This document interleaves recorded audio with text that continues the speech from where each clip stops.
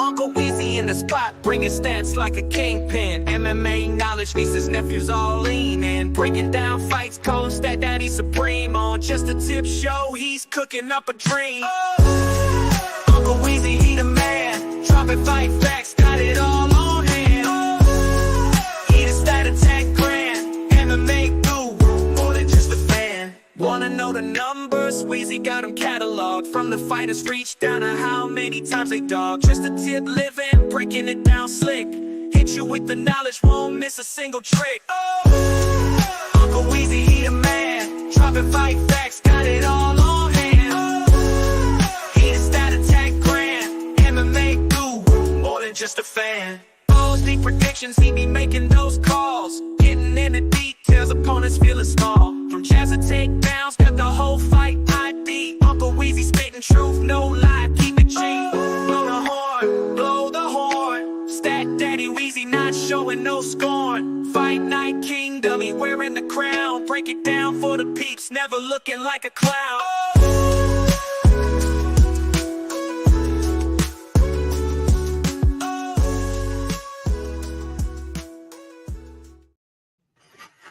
Oh, yes. What's going on, everybody? It is Wednesday night here.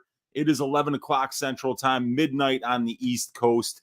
And here's another episode of Just the Tip with me, your host, Uncle Weezy. And then after we break down this full card, I'm going to just answer your questions live here in the chat. If you have any questions about any of the stats for these fights, any of the betting lines, what my prop betting model, what my over-under betting models are saying about any bets that you're looking at, you just ask your Uncle Weezy. You know, the guy with all the stats, all the analytics, all the benchmarks has the answer for you guys. So that's what I'm here to do today, answer your questions, break down these fights. But mostly what I'm here to do today is to talk about this promo code that I've got for the Dub Club membership. $25 a month is what gets you access to the Probability UFC stats package that I offer on Dub Club.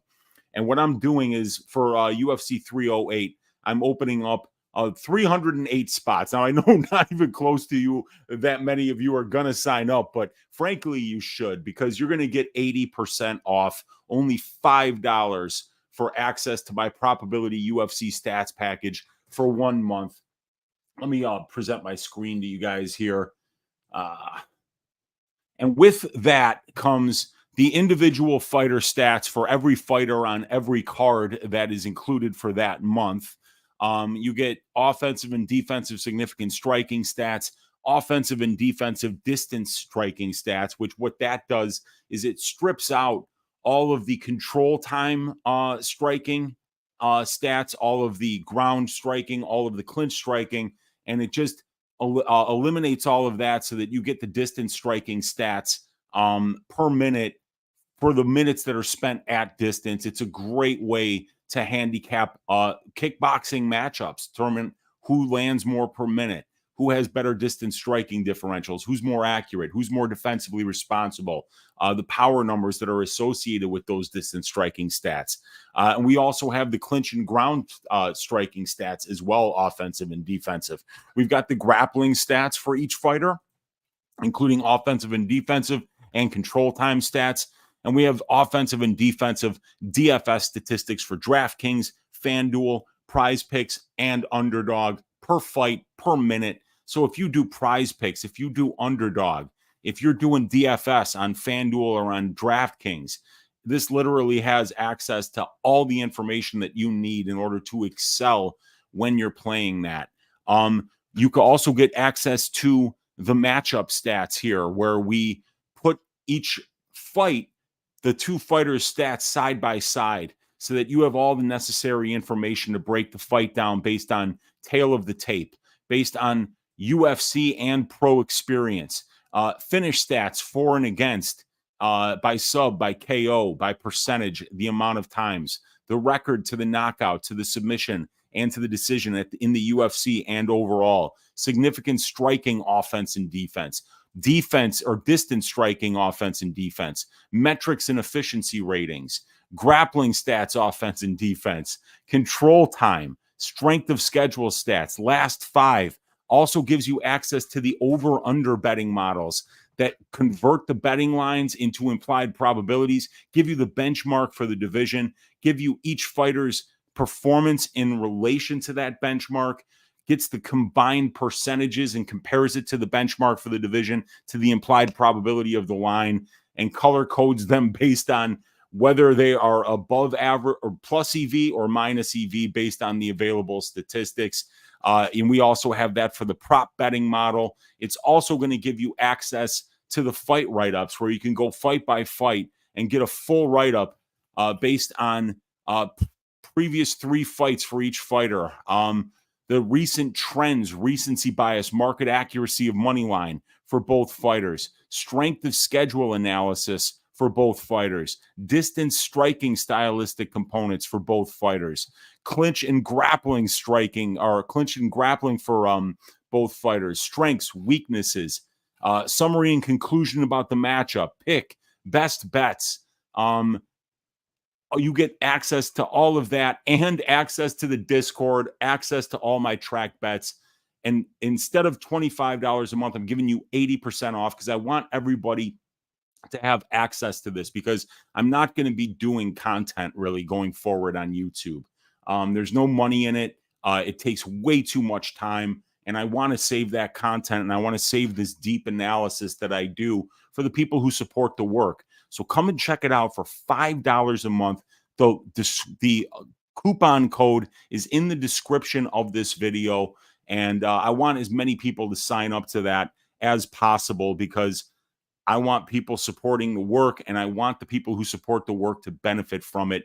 Also, what you get with this $25 a month, which is now only $5 a month for the first month, you get access to my Balls Deep Breakdown show every week, where we go 2.5 hours and read the fight write-ups and talk about all of the stylistic components of every fight. And then also Probability, which is going to have guests weekly as well. So you're going to get access to 4 hours of subscriber-only content that will not be available on YouTube. You're going to get access to the over-under betting model. You're going to get access to the prop betting model. You're going to get access to the matchup stats, the individual fighter stats, all of my tracked bets, and we are on a roll lately, and all of the fight write-ups and access to the Discord. Only $5 a month. Folks, I have to go full screen so you understand the gravity of this situation. If you don't take this deal, you're stealing from me, and I deserve better than that. So sign up on the goddamn Dub Club. $5 a month, huh? 4 hours every single week of exclusive content. Let's just do it. Sign up now. Coupon code is available for 306 more people if you want to do that. And I would love to have you in the Discord. I'd love to be talking fights with you. I'd love to share my betting models with you, and we could stack cash tickets like flapjacks together. You guys, let's break down this card really quick, because I already did it for 2.5 hours earlier today. And if you join the Dub Club, you'll get access to the 2.5 hour fight breakdown that I did. But let's just go fight by fight here.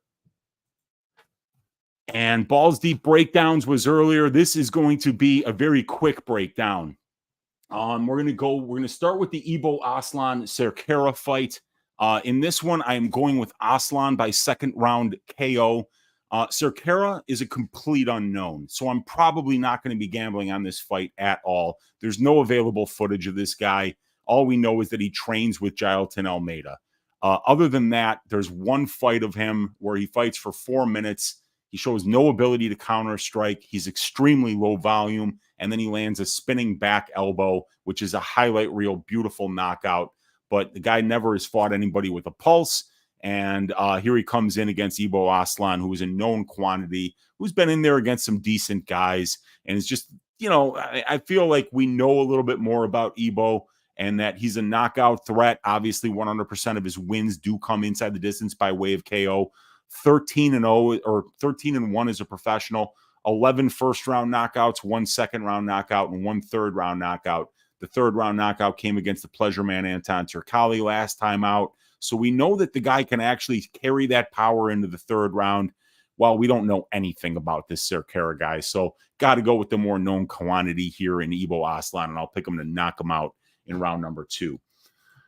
Fight number 2 is going to be Ismail Naurdiev versus Bruno Silva. We got Naurdiev minus 175, Bruno Silva plus 150 underdog. Fight doesn't go to decision here, sitting at minus 170 for this fight. I'm picking Naurdiev to win by decision. Bruno Silva's lost 5 of his last 6 fights. Naurdiev, the Austrian wonder boy, it has lost 3 of his last 7 fights. So Naurdiev got cut 7 fights ago. Since then, he's went 4-3 on the regional scene. And in those 3 losses, he's been knocked out twice, submitted once. And in the fight that he was submitted, it was a club and sub. He got hurt on the feet first before getting armbarred on the mat. So I don't think either of these guys are in prime form right now. Ismail Naurdiev's been mostly fighting at 170 and 175. This is a middleweight fight. This is a big step up in competition for Ismail Naurdiev. I mean, Bruno Silva's been fighting champions and former champions and really good guys, while Naurdiev's out there losing to guys like Kutsi, like Bandel, like Al-Salawi. So it's not a good look. But there's just been a lack of knockouts lately. So I'm going to be like looking for overs. I'm going to be looking for decision props and I'm just keep a really close eye on the finish rates every week and see if we start to see knockouts start to come back. But until we do, I'm going to start favoring the minute winners for the time being, and kind of trying to fade the guys that are relying on landing one big shot. And Bruno Silva kind of fits that mold here. I think Ismail might be able to have some grappling success. I think he's faster. I think he'll throw a little bit more volume on the feet. And I think he'll win this fight by decision. The next fight is going to be Rinat Fakhretdinov, minus 240, going up against Carlos Leal, plus 205, under 2.5 rounds here, sitting at plus 160. I'm picking Rinat to win this one by decision. I like Carlos Leal. I was very impressed by what I saw from him on tape. He was supposed to fight yesterday in UAE Warriors, so he was already training for a fight, and he was already over there. So there's no issue of him just having to get on a last-second flight from Brazil and then fly over to the UAE on short notice to take this fight. He was already there, and he was already ready to go. But this is a tough fight. I'm very high on Rinat Fakhretdinov. Guy's got a ton of power on the feet, and I think the wrestling game is very good.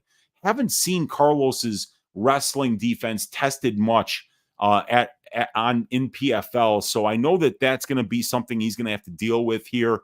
Fakhretdinov, I think, is going to be just as dangerous on the feet, especially early, as Carlos Leal is, but I think that threat of the wrestling from Fakhretdinov is going to help him win the minutes of this fight and get the occasional takedown that will be enough to kind of differentiate himself when there are those close rounds. Fakhretdinov is a very durable guy, as is Leal.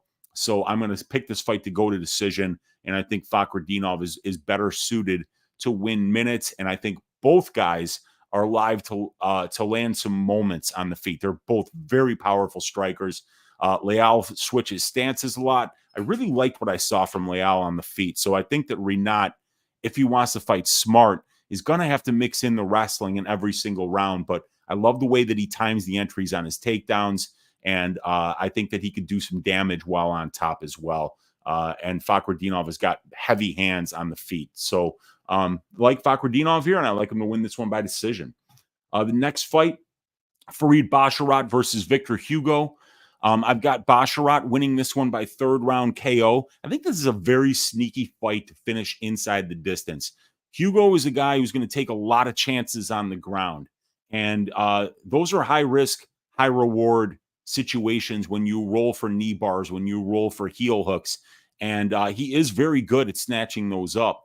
However, you also put yourself into bad positions on the mat when you do that. And I could see Hugo kind of pulling a Mateus Mendoza against Nate Maness here and just rolling for an ill-advised leg lock, getting put into a really bad position. And while his arms are trying to free up the leg, his face is getting pounded through the canvas.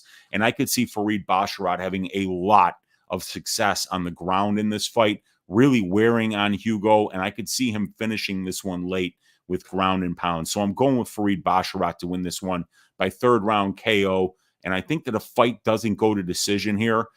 Price is in, a champagne submission from Victor Hugo, or, just a dominant performance by Basharat where he breaks this guy late, because we saw Falcao have a lot of success just kind of holding Hugo up against the cage and, not letting him get his offense off. But Farid Basharat's the kind of guy who can finish the takedowns that Falcao couldn't. And I think that Hugo, once this fight does get to the mat, is gonna be put in some bad spots. And once he is, I could see Basharat finding some kind of a finish here, or as well as Hugo. So I like fight doesn't go to decision here, and I'm picking Basharat to get a cheeky late finish. Next fight is going to be Kennedy Nzechukwu minus 750 going up against Fat Barnett plus 550. Fat Barnett, a 2-division champ and the BMF champ, and he should be headlining this card, but he is a philanthropist and he is a humble athlete, and he said, don't worry, you just put me on the prelims and I'll do my thing down here and show all these people in Abu Dhabi why Huggy Bear is the best heavyweight in the UFC. Kennedy Nzechukwu minus 750. Hey, what could go wrong, right? It's not like the guy's ever shit the bed as a minus 700 favorite before. Oh, wait, no, he did just shit the bed as a minus 700 favorite against Ovin St. Preux, who, when you sandwich those fights, the bread in that sandwich is Ovin St. Preux being finished in the first round and Ovin St. Preux being finished in the first round. And then he winds up getting a win against Kennedy Nzechukwu. So, look, I think Kennedy's way better than Fat Barnett. I think he can easily just kind of win the minutes in the clinch in this fight if he wants to. And I also believe that, the height advantage, the reach advantage, outside of some kind of a miracle spinning fat kick from Fat Barnett, this should obviously be Kennedy. And I am picking Kennedy to win by second round KO. But imagine the glory if you bet on Fat Barnett and he pulls what he did in the Fat Collier fight or in the Fat Volante fight by getting a spinning fat kick knockout or a great come from behind knockout like he did against Fat Collier. That would be one of the most satisfying plus 500 cashes you would ever have as an MMA gambler. So I ask that you keep that in mind. Not all losses are the same. Some losses, there was glory just off the horizon and it was so close, and then other times, you get made a complete ass of and you were completely wrong. But this is one where you won't be surprised if it goes tits up. But if it doesn't, and if Fat Barnett finds a way to be that big fat dynamo that he is and pull this one out like he did against Fat Volante, like he did against Fat Collier, cashing a plus 500 is something that will be something you're telling your grandchildren about. Unfortunately, I think Kennedy Nzechukwu is going to be telling his grandchildren about the time he knocked out a fat dude in Abu Dhabi, and I think he'll do it in round number 2, ladies and gentlemen. Minus 750 favorite, though, so I would recommend that we just stay away from this one. Next fight, Abus Magomedov minus 136 going against Bruno Hulky Ferreira plus 116. The fight doesn't go to decision here. Juice to the tits at minus 350. I'm going with Abus here, and I'm picking Abus to win this one actually by decision. We've never seen Bruno Ferreira, though, go into a third round in his MMA career. So there is a chance that the later this one goes, if Abu is able to get takedowns, that he's able to just kind of like get to dominant positions on the mat and finish this dude. Because Ferreira's been looking tired at the end of round 1, and not against guys like Sean Strickland or Caio Bahaio, against guys like Dustin Stoltzfus, who it took Abus Magomedov about 8 seconds to dispose of. So I like Abus a lot here. I've got a 3-unit bet on his money line at minus 130. I think both of these guys have power early in fights. but they're going to look two weight classes different here. Abus is going to be much taller. Abus has got a massive reach advantage here, and he's the much better wrestler. Let's face it. He can get takedowns, and once he gets takedowns, he's very good at controlling his opponents, making them wear his weight. He will advance to dominant positions, and he will land ground and pound. So I think Magomedov, there's a big strength to schedule difference here. And even though we've seen Magomedov bonked early in fights, we've also seen Bruno Ferreira get bonked early in fights by, Nursultan Ruzaboyev, who's a much taller and longer fighter, just like Abus is. So I'm ready for this bet to go tits up, because we absolutely know that Hulky Ferreira can knock anybody out early in a fight. He's explosive as fuck. He's got a ton of power. And if he cracks you just right, it's nighty-night. Keep your butthole tight. But I do think that Abus has just as much of a chance to bonk this dude early as Ferreira has to bonk him. And then as the fight goes on, I'm going to trust the wrestling of Magomedov a little bit more. And I'll trust his cardio just a little bit more, as we saw him, do a nice 3-round minute winning performance against Warley Alves last time out, who's a similar type of fighter to Bruno Ferreira. So yeah, I like Abus. I'm picking him to win by decision, but I wouldn't be surprised to see him get an attritional finish late on the mat in this fight. And I got a 3-unit bet on Abus to win this one, just the money line. So next fight, Mateus Rumbeski is a big underdog to Miktabek Oralbai, who's minus 310, and the fight doesn't go to decision here, is sitting at minus 130.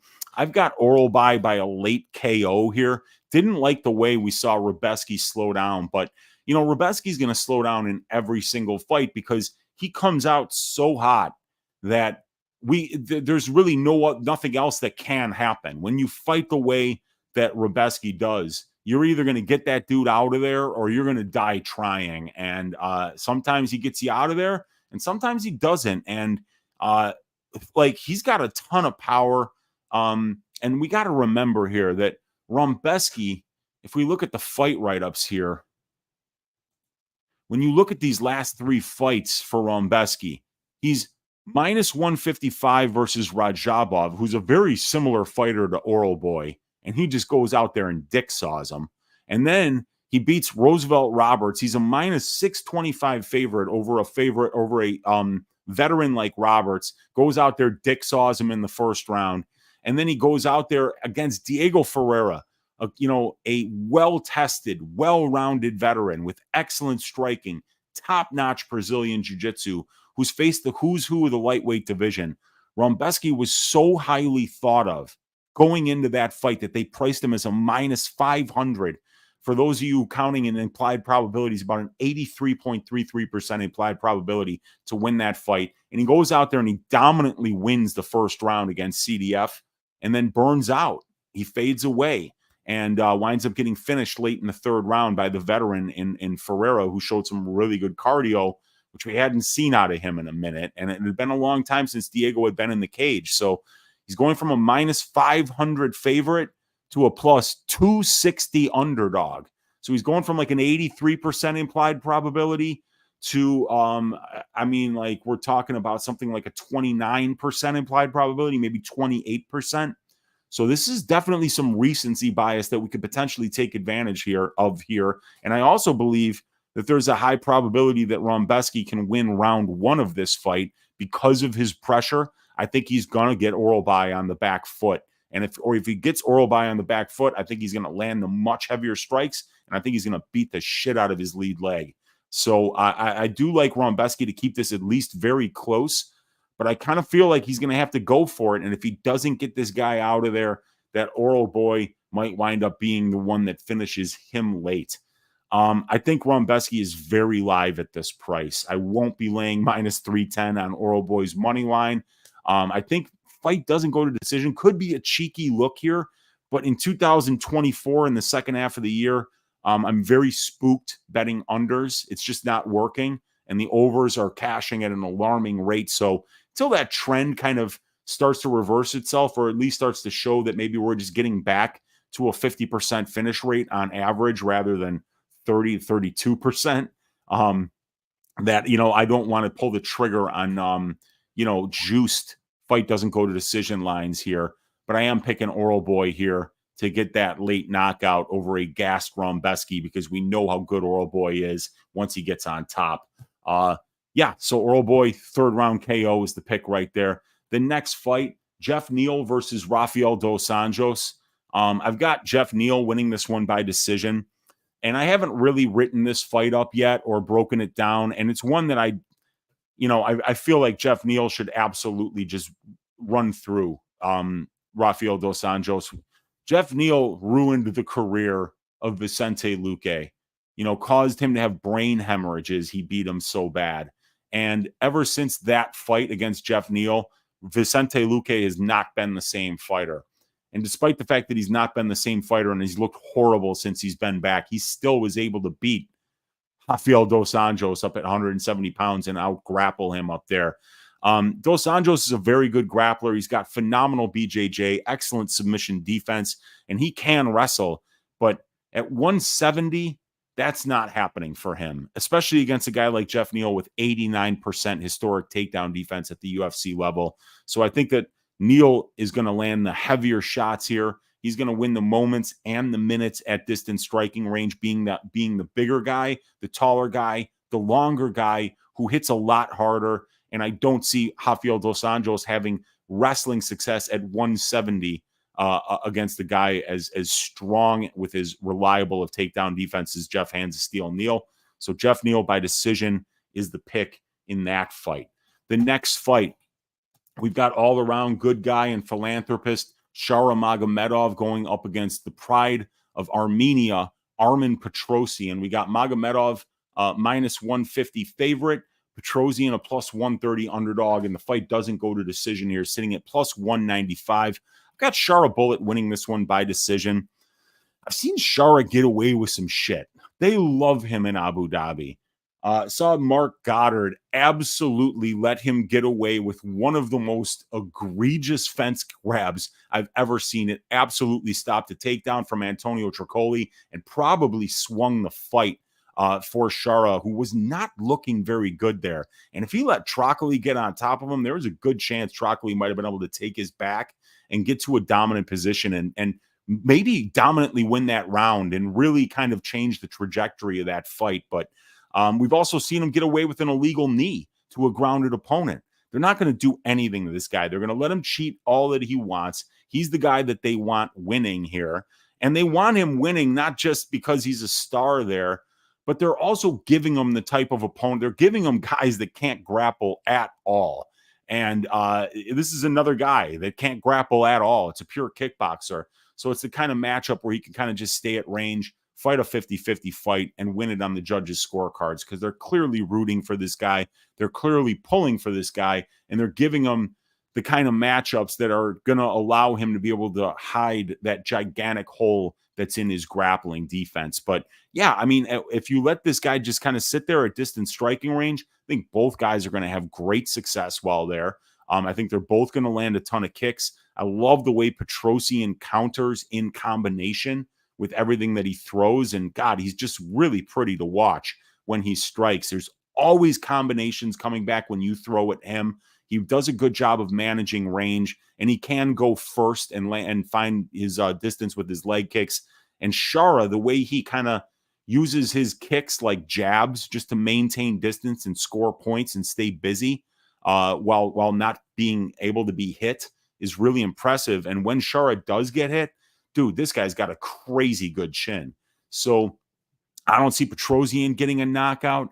I think a Shara finish only prop is one of the safer, more parlayable bets of the week at around minus 210 because Magomedov is really proven to be a have phenomenal durability. He's eaten a bunch of clean shots while we've seen Petrosyan get knocked out in the first round on the regional scene before he got to the UFC. So Magomedov finish only prop, I think, has some legs this week, and I like Magomedov to win this one by decision.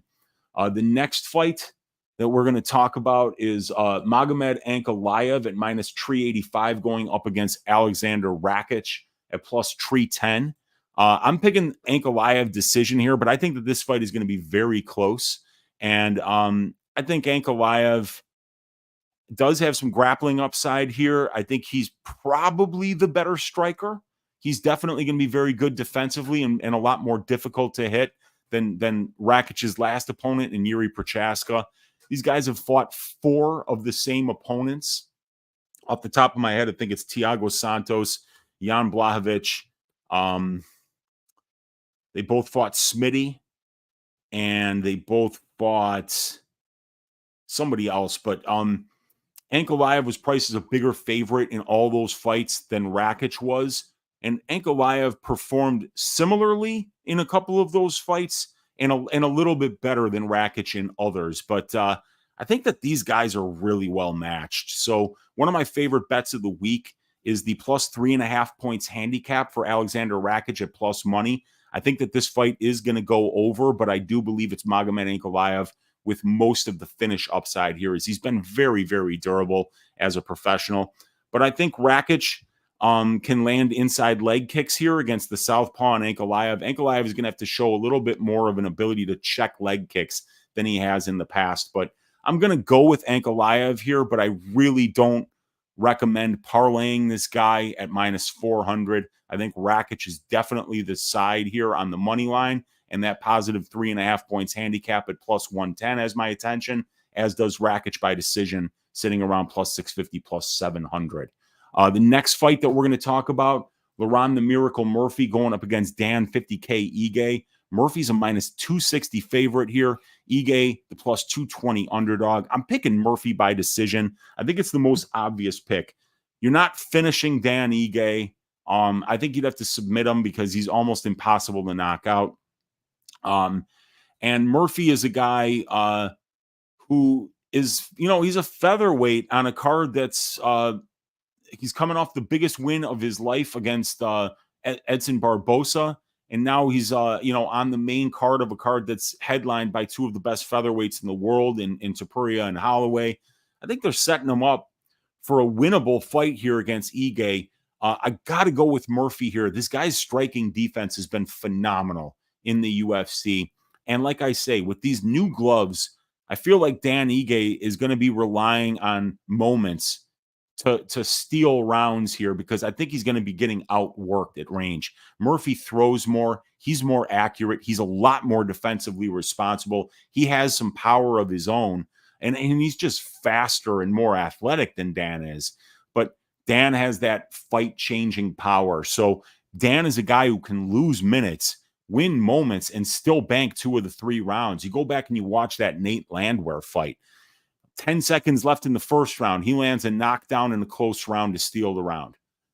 30 seconds left in the second round. Very close round. Neither guy is really scoring a lot. Ige lands a knockdown, almost finishes the fight in the second round. Landwehr can barely make it back to his stool.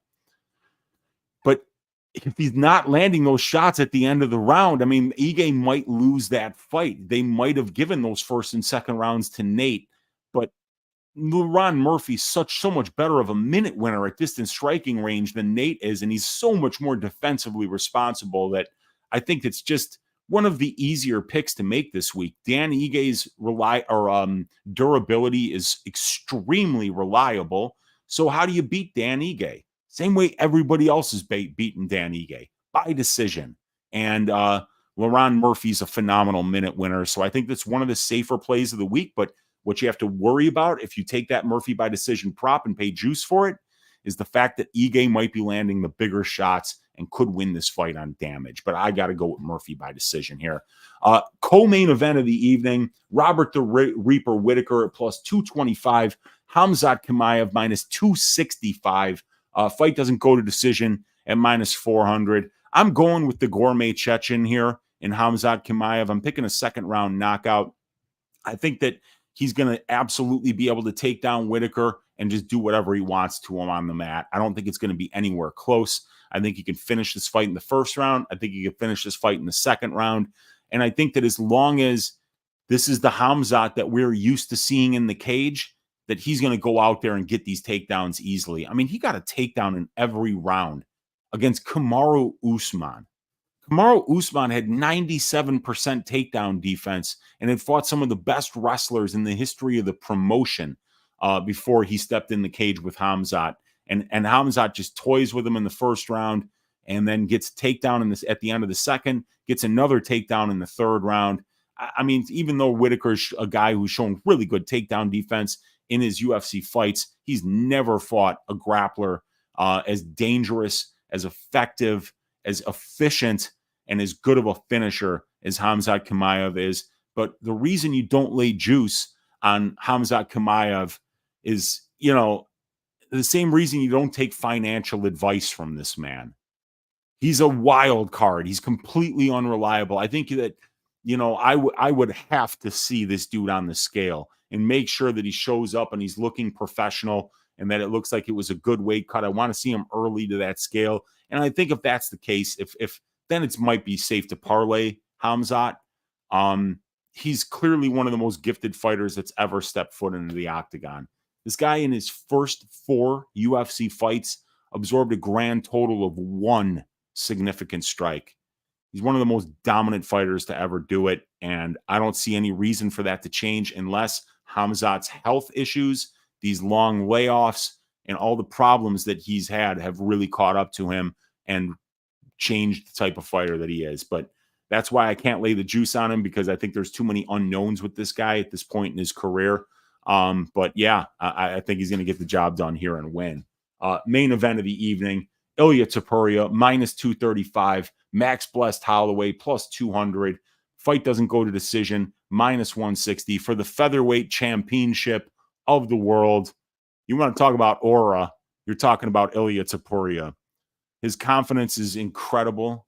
He was the least surprised guy in the entire stadium and in the entire world when he murked the greatest featherweight of all time in Alexander Volkanovski.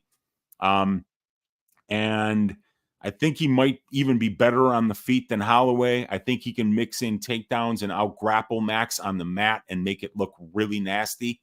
And I don't think anyone's going to beat Ilia Topuria at 145 pounds for a very, very, very long time. Max Holloway is going to be another notch on his belt. And I think that this is going to be, another great story, another great step in the career of this young man who's still only 27 years old and really looks to have the MMA world by the balls. I think Ilia Topuria he's checking all the boxes right now. I don't like the fact that he's fallen in love with his hands, and that could really come back to hurt him here against a striker the quality of Max Holloway. But I mean, even Volkanovski beat Holloway 3 times on the feet mostly. So I think Topuria can do the same thing here. But I think Topuria's ability to be able to win those moments is at the heart of of what makes him the most dangerous fighter in this division right now. And yeah, I think Topuria, I'm going to count on that durability of Max Holloway and pick Ilia Topuria to win this one by decision. But those are the picks, you guys. The Bootsy Collins Memorial Dogs Are Barking pick of the week this week is going to be the Alexander Rakic 3.5 points handicap at +110. Like we already talked about, I think that fight's going to be very close. I think most of the favorites are going to get the job done here. But I think that as far as underdogs go, Rombeski is live this week because I think there's a very good chance he's winning that first round. And if he does a better job of pacing himself and he doesn't gas out in the second half of this fight, I think that he can look a lot better than what his money line says he's going to look. I think that Bruno Silva at +150, +155 against somebody as unreliable right now as the Austrian wonder boy Ismail Nardiev actually has some value. I know he's lost 5 of his last 6 fights, but all these guys that he's losing to would be massive favorites over a fighter of Nardiev's quality. So this is a step down in competition. It's a potential get-right spot for a veteran who's got his back up against the wall. So I think Bruno Silva is a live dog this week. And as well as that Rakic +3.5 points handicap. And I think Petrosian is a live dog this week. I think he's going to get the fight that he wants. I think he's got the grappling upside should he choose to use it. But I do think that Shara is going to get the nod because I feel like he's a star. That's what the people in Abu Dhabi want. They came there to see Shara Bullock get a win, and they're matching him up with the kind of opponent that won't be able to exploit the hole in his grappling game. But that leaves us with one order left of business here for the full card breakdown. That is Uncle Weezy's ass shaving of the week. I'm looking for somebody to win a fight win it violently, and do it in impressive fashion at a price where we can make some money betting on them. So, I mean, like, yeah, I think Kennedy and Nchekwu's probably going to win, but he's minus 750. I think Farid Basharat's probably going to win, but he's minus 650. How about somebody a little bit more economical?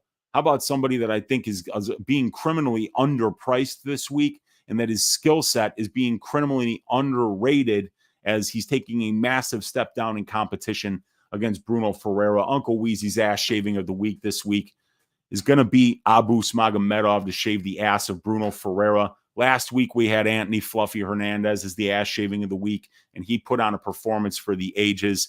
Last week, we had a plus 3.5 points, or had a plus 3.5 unit week here, plus 3.47. Cashed on Hernandez's money line, cashed on the over 2.5 rounds for Elkins Pineda, cashed on Matsumoto by decision, and lost 1 unit on the probability parlay because the violence legs in the Hernandez Pereira and Lane Despain fights did not come through.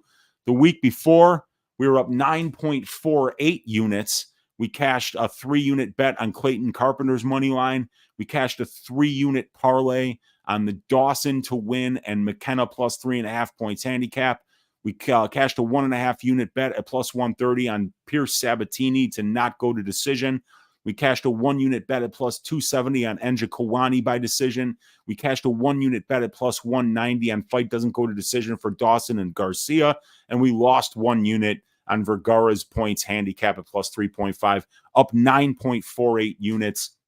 The code to the Dub Club, 80% off, is going to get you access to the individual fighter stats for everybody on the card, the matchup stats, the over-under betting model, the prop betting model, all the fight write-ups for every fight on the card, including recent fights and results, the trend analysis, the money line analysis, the recency bias analysis, the strength of schedule comparison for both fighters, the distance striking, the clinch, the grappling, the strengths and weaknesses of both fighters, and a summary and a pick and the best bets for every fight on the card. Also, access to the Discord, access to all the tracked bets, access to 4 hours of subscriber-only content. If you don't sign up for this 80% off for $5 for the introductory month, you are stealing from your Uncle Weezy, and it makes you a bad person. And you would probably be the type of person who would take financial advice from Hamzat Kamayev and buy whatever cryptocurrency he told you to.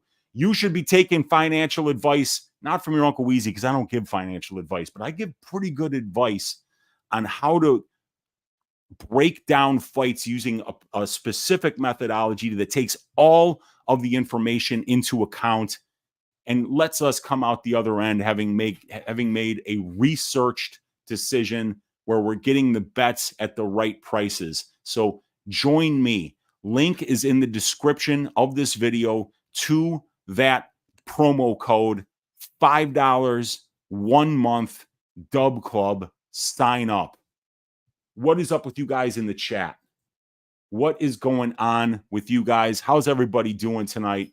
It's now time for Ask Weezy. I'm going to answer any questions that you have about this card, any of the betting lines. We can look at the betting models.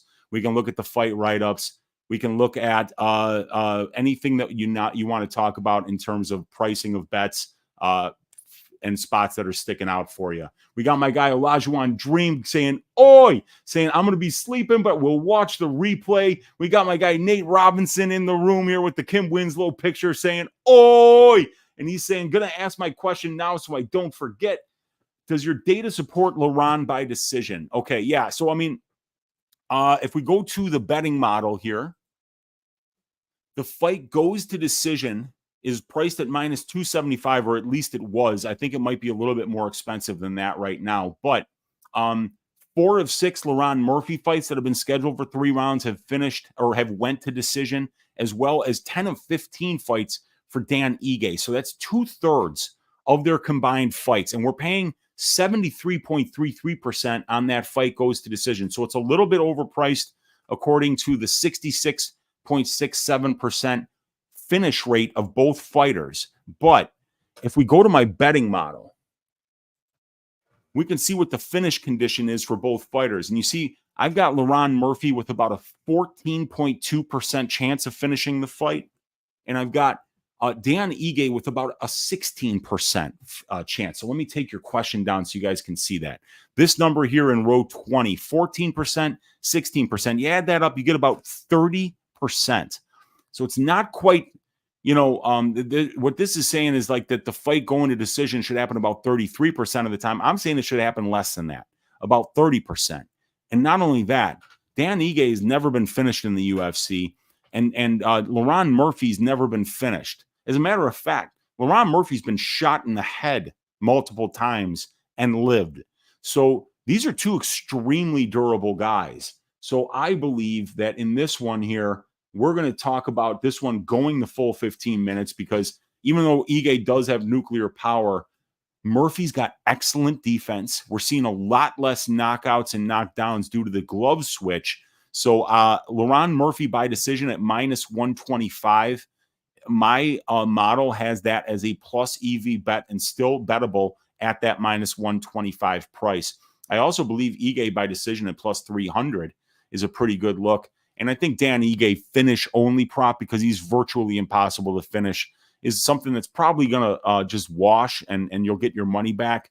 But I don't think you'll lose on that. So my data likes the fight goes to decision here, and it likes Murphy by decision. Even at minus 125, it's worth laying the juice on. And my pricing model shows that as even a little bit underpriced, which is hard to do because a lot of these prop bets have a lot of vig in them. So my data, Nathan, likes that a decent amount. So, all right, let's see here. We got God's Masterpiece in the room saying, "Oi, fix the link on your X-Bio. It don't work, brother." Yeah, there was the link to my YouTube page, and I did fix that because I saw that comment in there, God's Masterpiece. So thanks for doing that. But more importantly, the link that you want to check is in the description of this video, and it has the link to the 80% off promo code for my Dub Club probability stats and content package. We got Colby Saul in the room saying, "Oi, let's go, Weezy. What's the first fight you watched that got you into MMA?" Mine was Usman versus Colby 1. So when I was in college, there were these Croatian dudes that were in my fraternity house, and I was at the Sigma Chi house, which no longer exists. We got kicked off of campus a year or two after I left school. But the Harvard of the Midwest, Northern Illinois University, the year would have been 1995, I think. And I am over at the Croatians guy's place, and we all chipped in. There were like 10 of us who chipped in like $5 a piece so that we could buy UFC 5. And the fight that I remember was Oleg Taktarev versus Dan Severn. And Severn took him down, had Taktarev's head kind of like pinned up against the cage, and he just elbowed his fucking head into oblivion, opened up a scar that looked like a vagina on his head. There was blood everywhere. And we, the dudes that were watching this, were like, holy shit, this is fucking crazy. So I actually remember seeing Severn bust up Oleg Taktarev in just a horrible way. And that was my introduction to mixed martial arts. And then I remember us going and getting VHS tapes that had UFC 1, UFC 2. And we went back and we watched those old events. And, you know, I tried to watch MMA every chance that I ever got after being introduced to that. And, you know, and I grew up wrestling and I hated wrestling, but I also grew up doing judo and I loved judo. So seeing people compete in mixed martial arts competitions where the stakes were so high was something that I just absolutely loved. We got TH in the room saying, "Oi, what is up, TH?" We got Nate saying, "That's my fave fight ever." Colby, "Rarely do you see a fight with such bad blood deliver and be so competitive." That was a really good fight. I really enjoyed that one. Forrest Daniel saying, "Uncle Weezy in the house, making cash stacks like it's in his contract." Let's go, Forrest. Thanks for hanging out with us tonight. We got Nate Robbins saying, "I love the face-offs when the security are in the octagon." Yes, that's pretty cool, man. That's always fun. Yeah, that happens a lot, dude. I'll get too close to the mic. I've been trying to, like, when I oi, kind of like yell up so the mic doesn't cut out. But yeah, man, I'm very enthusiastic with my ois. We got Forrest saying, question: do you ever who do you have in the UFC 308 main and co-main events? Thanks, Uncle Weezy. Yeah, I've got Hamzat in the co-main, and I've got Ilya Topuria, and still we got Daz Files still up at 2 a.m. down under, and it's like almost midnight here for me. So oh no, you guys are starting on the fight card. It's not 2 a.m. in Australia. It's like daytime there right now. But yeah, you guys are getting a 2 a.m. start. That's gonna be a little bit tricky, Daz Files. You might need some amphetamines, or maybe you just like knock yourself out at like 6 p.m. and then just wake up at 2 a.m. and just start watching fights like a degenerate. Should be fun. We got Forrest Daniel saying, question: what is a good parlay for this UFC 308 card? So, a couple of overs that I like. I like a Fakhretdinov Leal over. That's minus 210. I like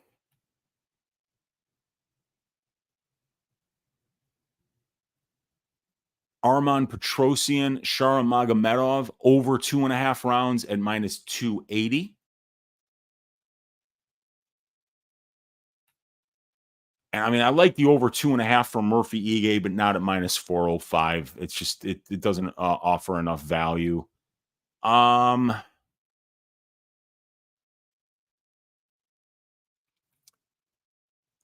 does that come out? That comes out to plus 100. That would be your Uncle Weezy's Stop the Violence parlay, both overs.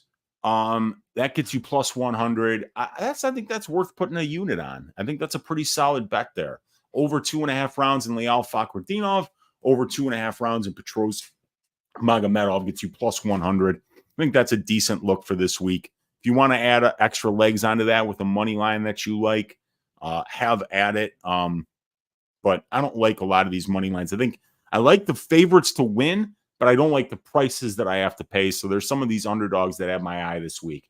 We got a phony in the room saying, W Unc, what's up, dude? We got Hendry in the room saying, Weezy all stoned with cheap margaritas from those L's. Have I got some margaritas here? No, I got my water, but I should get a margarita. That would be really nice. Margaritas are refreshing, and I love tequila. So margaritas and palomas are things that I like to drink. We got my guy, the General Alex Ramirez, in the room taking notes. What's up, dude? We got, yeah, I know, dude.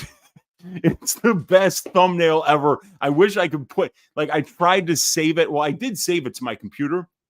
The problem is it won't use, because whatever format this picture is in, it won't let me use it as a thumbnail on YouTube. So that's truly unfortunate, but that thumbnail is just absolutely phenomenal. We got Yolts Me Demonic in the room saying, I called off work for just the tip, Weezy. Let's make all the money I'm losing back. Let's get it. We got a phony saying, all right, Unc, you convinced me. I'll drop 5 on it. He's got 5 on it.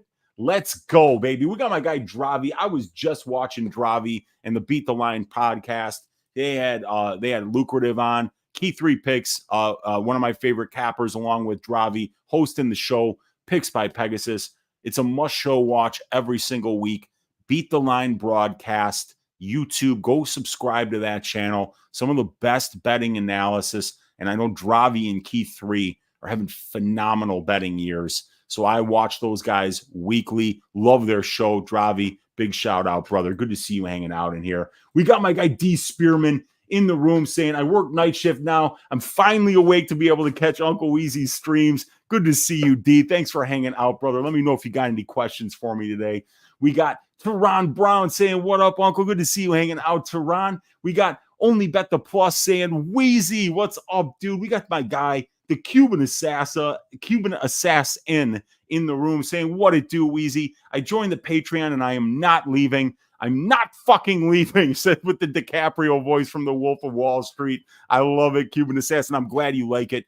Dude, there's a ton of content that I'm putting out on that Patreon. I mean, you're talking 4 hours of the best statistical analysis that's available for the money out there right now. I do it all myself, so you get the do-it-yourself price from your Uncle Weezy because I'm family to you guys. So, and I appreciate family, the Cuban assassin, my guy, hanging out with us here, member of the Patreon, another member of the Patreon here. We got Remdog saying, "Oi, yes," and we got another member of the Patreon here in Kadeep, Montana, saying, "Oi, what is up, Godfather? Good to see you hanging out in here." We got my guy Paku MMA with the $5 donation. Ring a ding ding, you guys, saying been a bit down lately with this shoulder surgery and rehab, dude. Shoulder injuries are the most fucking painful injuries on planet Earth. So I really hope that you get over that quickly and that thing heals up and has you pain-free very soon. I miss fighting and training so much. Happy to see Weezy live. Thank you. Good to see you, Paku, man. And if you ever need someone to talk to, just reach out, dude. Always just reach out. Your Uncle Weezy's always willing to hang out and talk with you guys, help you get through the rough times because we all have them, man. They all pop up. Remdog saying, I was trying to remember all day what you called Barnett in the Balls Deep breakdown. A fat dynamo. And he is, dude. He's a big fat dynamo. The spinning shit, the wild shit, the breakdancing, the flips. You gotta love Fat Barnett, man. It's good to see him back in the UFC, back in that cage. He puts on exciting fights, and I hope he hangs out for a while, man. We got my guy, the General, in the room taking notes. We got CJ UFC Pick saying, Mick Oral Bio Lockett minus 265. He's a hell of a fighter. He really is. But I'm telling you something. Mateus Rumbeski is a bull for those first 6-7 minutes, and he is going to give him hell. We're going to see if Oral Boy can weather that early storm, because if he can, the dude burns out fast because he puts on so much pressure. He throws 100% power into all of his strikes, and he does wrestle a lot too. So that'll just drain your gas tank really fast when you do that. He's going to go out there and redline, and if he doesn't get the finish, Oral Boy, I think, is going to finish him late, and that's my official prediction. Oral Boy, 3rd round knockout. We got Tehran saying, man, it's going to be funny once Holloway makes everyone look stupid again, just like at 300. People are writing him off once again. Yeah, man. They're writing him off because Ilya Topuria is that dude right now. And he's never lost. So it's always difficult for people to picture fighters that are undefeated losing. It's even sometimes difficult for the fighters to picture it. They don't think it's going to happen to them until it happens to them. So Max Blessed Holloway is the kind of guy that can absolutely give a young undefeated fighter that vet lesson, but we're going to have to see, man. I am not putting any money on Topuria. I'm picking him to win this fight. I'm just, after what he did to Volk, man, I am sold. I am sold on this dude. Holloway's going to prove a lot of people wrong by beating Ilya. And if he does that, man, I mean, like, Twitter's going to break if he goes out there and he beats Ilya. It's going to be awesome. I cannot wait for that main event. I just can't wait. Spinning fat kicks are definitely incoming. We got Fat Barnett on the card, and the spinning fat kick that he landed over Fat Vellante is on the all-time UFC highlight reel. Cuban Assassin saying maybe they threw Dan Ige on the main card in this pay-per-view because he stepped in for Ortega last minute against Lopez. Yeah, they owe him one, man. They definitely owe him one, but he's getting a really tough opponent here in LaRon Murphy, so I'm interested to see how that goes. Yeah, I don't mind that plus 350 because Ige might be landing big shots. So I think that is a possibility that he winds up getting a split decision. I don't have any problem with that, and I don't have any problem with LaRon getting it either. So just goes to split at 350 is not a bad look, because this thing is already something like minus 350 just to see the scorecards. So plus 350 for a split is actually kind of like on par with what percentage of decisions actually go to split decisions. So very interesting. We got the newest member of the Dub Club, you guys, Iceland Farts, in the room saying, damn it, I am late. His pick percentage is 82%. Jack is asking, what is my pick percentage? What is my pick percentage this year? It's definitely not 82%. I wish it was 82%. But I am easily top 3 or top 4 in cappers this year in just straight fight picks, win or loss. I've been first on Tapology this year twice, top 20 another time. My pick percentage is approaching 70% this year. Mark saying Ilya's going to make Max look like Ryan Hall. That would be, no, he's not going to make him look like Ryan Hall, but Ilya is so special. I'm stealing this shit, man. Hell yeah, brother. All right, Jack. We got Iceland Fart saying you should always tail Uncle Weezy. Appreciate you, man. Subscribe to his Patreon. It's well worth it. I think it's one of the best deals out there, you guys. I mean, just the 4 hours of subscriber-only content that you're going to get every single week. Think about that. $25 a month, but you're getting it for only $5.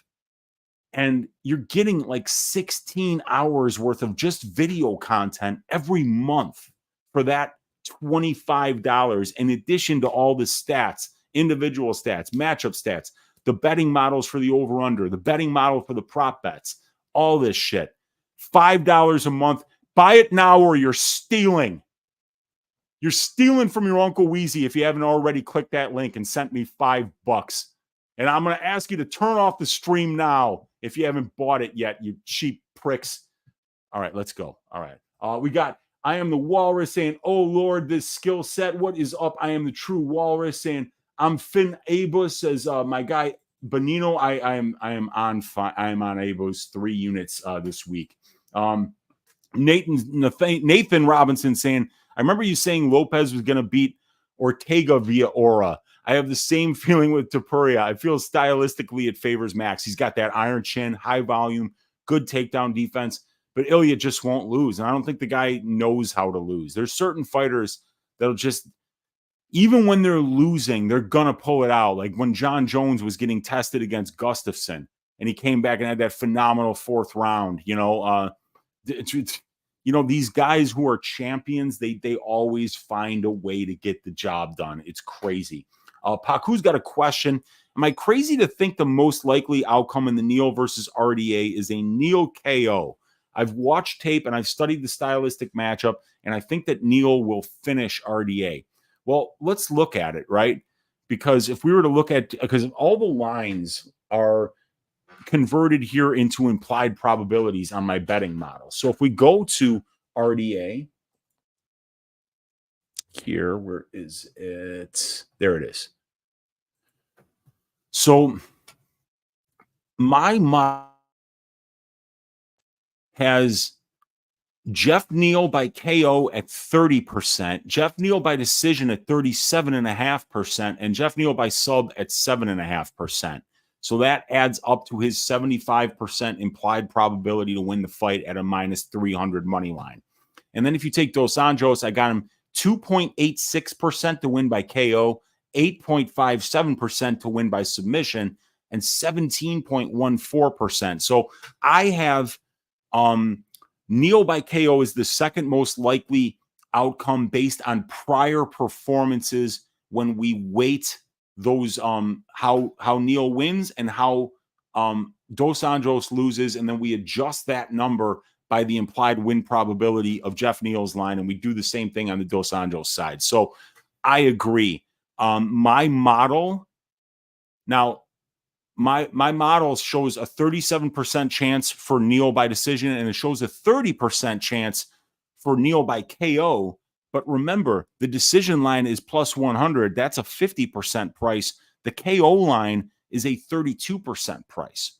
So if you look at how both of those lines are priced, my model would be telling you, hey, the value between the decision prop and the KO prop, the value where it's priced is on the KO prop, because it's only 2.26% overpriced when we compare that 30% outcome to the 32% price, or the 32% price of the line, when we're looking at a 37.5% outcome here for decision, but the line is priced at 50%. That's 12.5% more expensive when the KO line is only 2.5% or 2.25% more expensive. So I agree with you that while it may not be the most statistically likely outcome, that it's the most bettable outcome, and it's the one that has the most meat on the bone, in my opinion. So yeah, Neal by KO at plus 210 is a very interesting one. Your first fight was Chicago resident Andrei Arlovsky up against Fedor Emelianenko. That must have been something, dude. Fedor was one of those guys that had aura. He got put in some bad spots, man. Like Randleman had him in trouble. There were just some crazy fucking fights for Fedor, but he always found a way to find that win in the end. And he's one of those guys, man. That was he's a legend. I don't know why everyone is high on Ilya. Holloway being counted out again. Well, I mean, you know, he's the older guy here, but he's still only 33 years old. He's the more experienced guy. He's the taller guy, the longer guy, and the better minute winner, and he's fought the much better brand of competition. So there's a lot of reasons to like Max Holloway this week. What do I think about an over 2.5 rounds or a fight goes to decision in the Ankalaev-Rakic fight? I think it could be a little bit sweaty, but let's look at what my model says about the over 2.5 in that fight.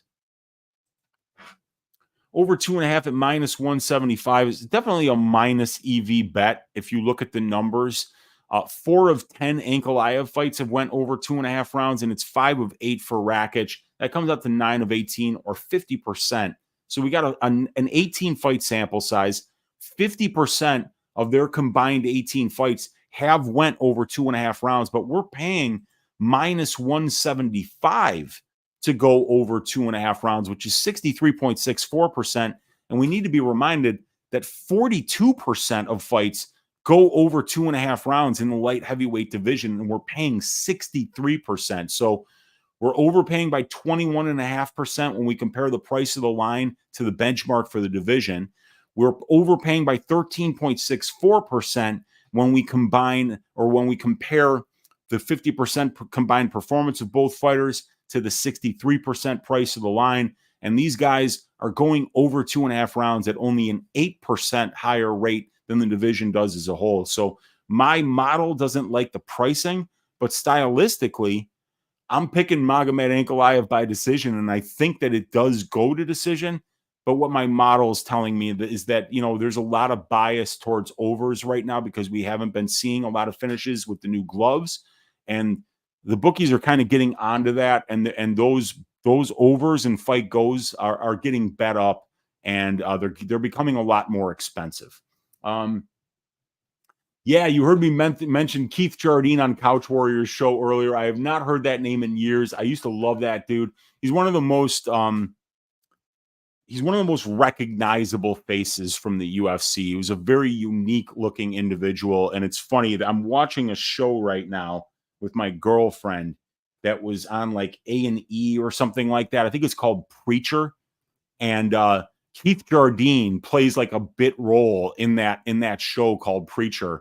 And I remember we were watching, I'm like, man, that ugly dude, he looks just like Keith Jardine. And sure enough, because he doesn't really have any speaking parts, but you see him in there. He's like a part of this group of thugs.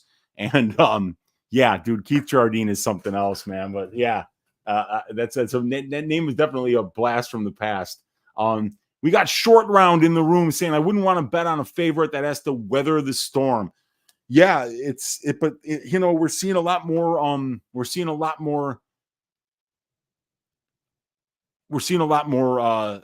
fights go to decision. And guess what? You know who's the guy who had to weather the storm? Anthony Hernandez. And he got put in a little bit of trouble by a guy who does burn hot early in fights in Michel Pereira. He weathered the storm, and you pick guys who are durable to weather the storm. So Hernandez has durability, and he was able to weather that storm and absolutely dick saw him after he did that. So yeah, there's a lot of reasons not to lay juice, and those are the, when you find the right spots where it's warranted, that's when you make good money.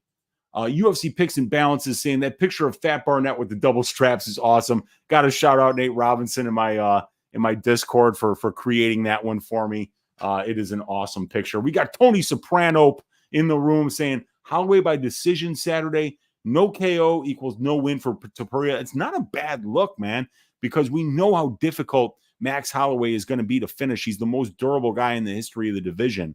So if Topuria can't win moments, it might be reasonable to suggest that Holloway can win a decision here, and it might be a value bet. It might be a plus EV bet if we look at the statistics. So very interesting. Keith Jardine is married to Jody Escobel. Yeah, I remember Jody used to fight in the UFC as well, and I remember Keith would be here in her corner. No ticky, no laundry, says Tony Soprano. We got Jerron Brown saying, I just have a problem with people saying Ilya is going to run through Holloway as if he's some scrub or something. Holloway is battle-tested.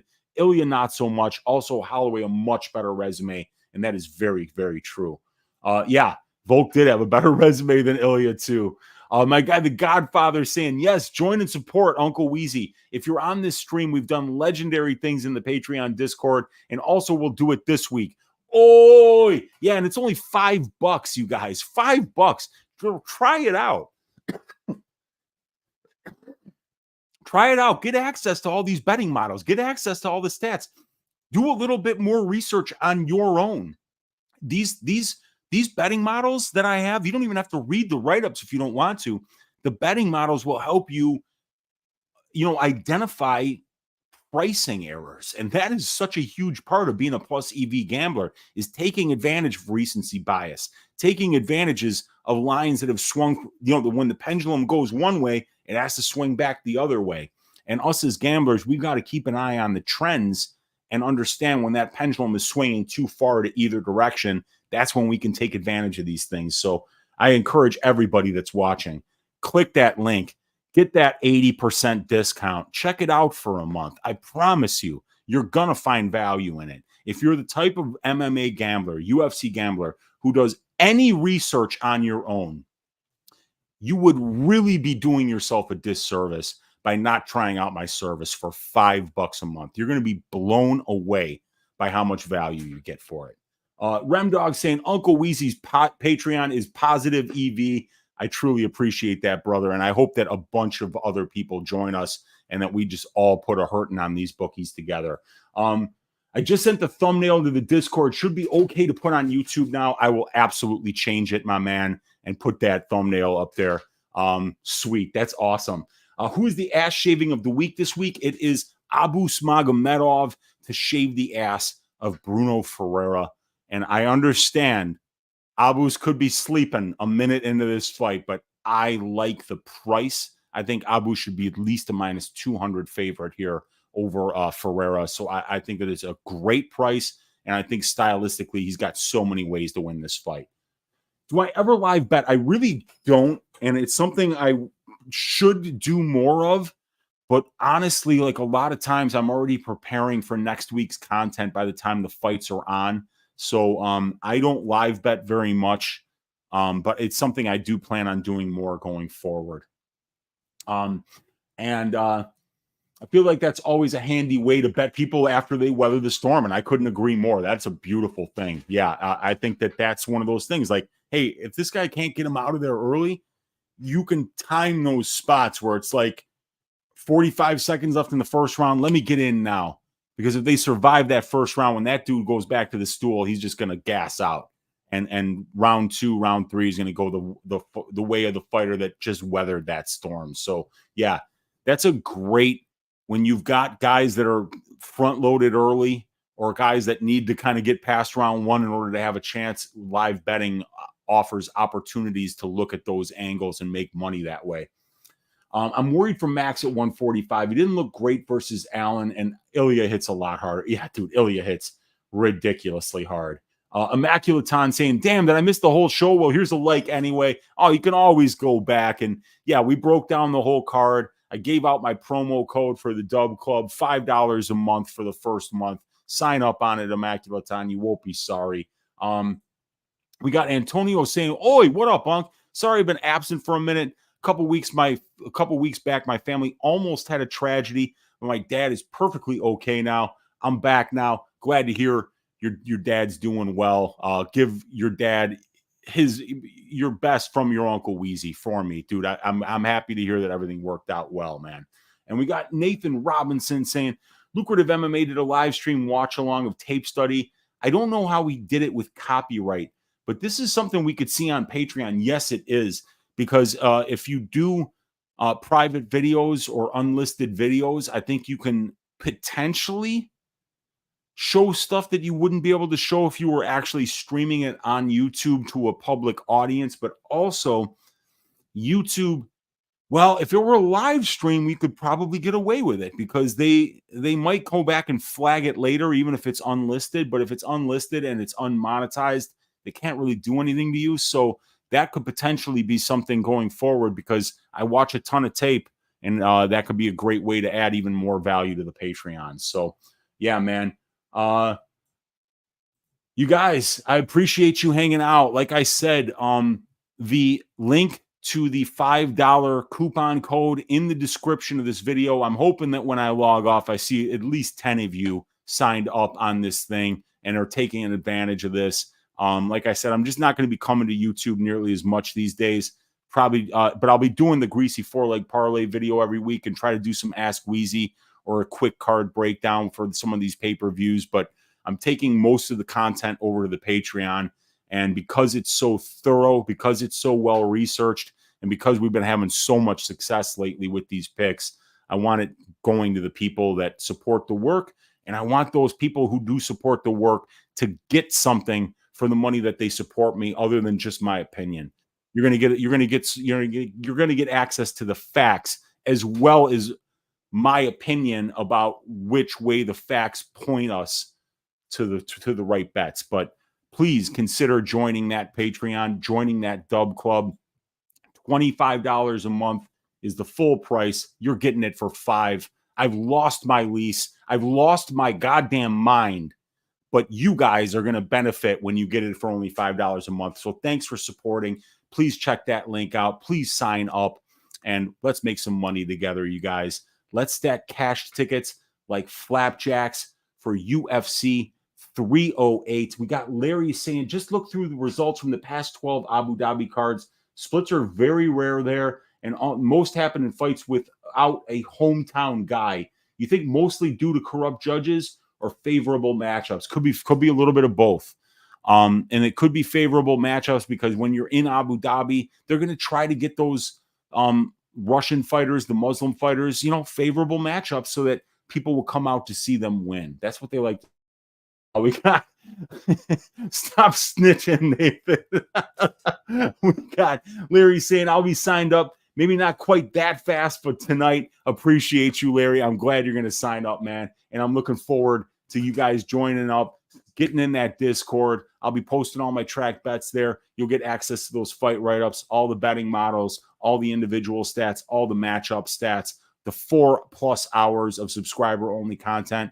Check me out tomorrow on that Patreon, 3 time, 4 o'clock Eastern time for probability. We're going to go fight by fight through all these betting models, match them up with my stylistic reads, and find the best plus EV bets of the week so that we can all stack cash tickets like flapjacks together. You guys have a great night. Thank you for hanging out. Hit that thumbs up on your way out if you like the content. And if you like the content, please click that referral link in the description of this video and check out the cacophony of information that's available for your MMA bets on my Dub Club probability stats package. Thank you guys so much. We will talk to you guys tomorrow on the probability live stream. Let's make some money together and enjoy the fights. Have a great night, everybody. Take care.